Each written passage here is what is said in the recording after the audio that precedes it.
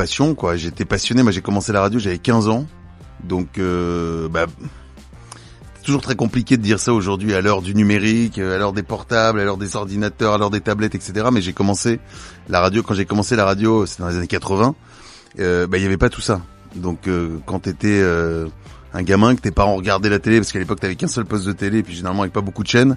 Donc moi j'allais dans ma chambre et j'écoutais la radio, je dévorais la radio, et c'est vite devenu une passion en fait. C'est vraiment la passion de ce média, de se dire quelqu'un peut parler dans un micro et je vais être entendu quelque part en France, parce qu'à l'époque il n'y avait pas évidemment la possibilité de nous écouter dans le monde entier, mais quelque part en France on va peut-être tomber sur moi, dans une cuisine, dans une voiture, n'importe où. Donc j'aimais cette sensation en fait de me dire voilà, je peux être entendu partout. Bon, comme plein de monde, je me lève quand même relativement tôt maintenant, je sais pas, ouais, vers 6h40, 6h45, vie un peu de famille à la maison, profiter un peu de ma fille avant qu'elle parte aussi en cours.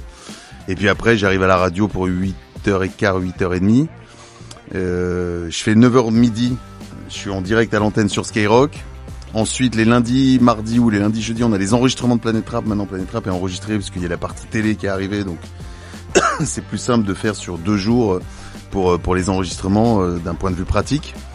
Et puis le reste des moments de libre que je peux avoir, j'ai aussi une boîte de production où je travaille sur différents projets, comme des séries, comme des documentaires. Donc c'est des semaines bien remplies.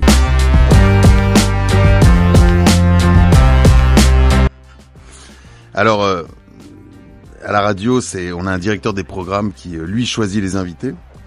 Donc je sais là par exemple le programme de Planète Rap il est toujours établi grosso modo 2-3 mois à l'avance. Là je sais, on est en février, jusqu'en mai maintenant je commence à avoir une visibilité, même s'il y a des choses qui évidemment peuvent changer.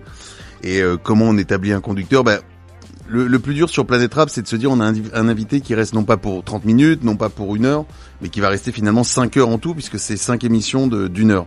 Donc c'est vraiment, faut prévoir toujours un petit peu ce que tu vas faire le lundi, le mardi, mercredi, etc. Et puis toujours laisser, surtout dans Planète Rap, une large part à l'improvisation, parce que tu sais jamais sur quoi on peut t'emmener, sur ce qui peut se passer. Donc la façon de préparer l'émission, c'est surtout bien connaître l'invité, avoir bien écouté ses projets, et puis notamment son dernier projet qui sort. Voilà, alors il y en a beaucoup, franchement, et même encore aujourd'hui, tu vois, moi je pensais, c'est vrai que ça me faisait un peu peur de faire des émissions enregistrées, mais comme finalement ça reste des émissions dans les conditions du direct. Donc je sais pas, entre le mec d'un seul coup qui va plus tenir debout et qui va avoir du mal à rapper, entre les moments où tu vas chercher l'invité à la dernière minute. Non, franchement les anecdotes, il y en a beaucoup, mais la prochaine fois je viendrai, on fera une spéciale anecdote et préparez-vous parce qu'il y en a pour 15 jours quoi. Minimum.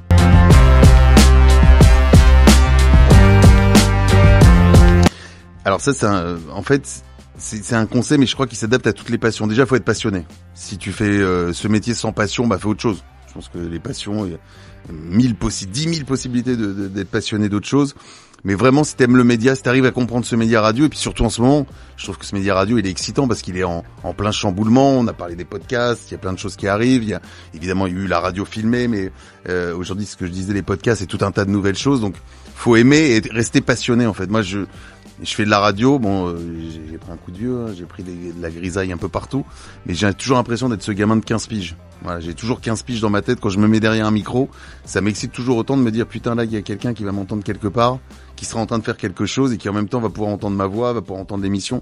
Donc voilà, franchement, faut rester passionné, ouvert, faut aimer parler aux gens et surtout voilà, je pense un minimum faire partager ta passion.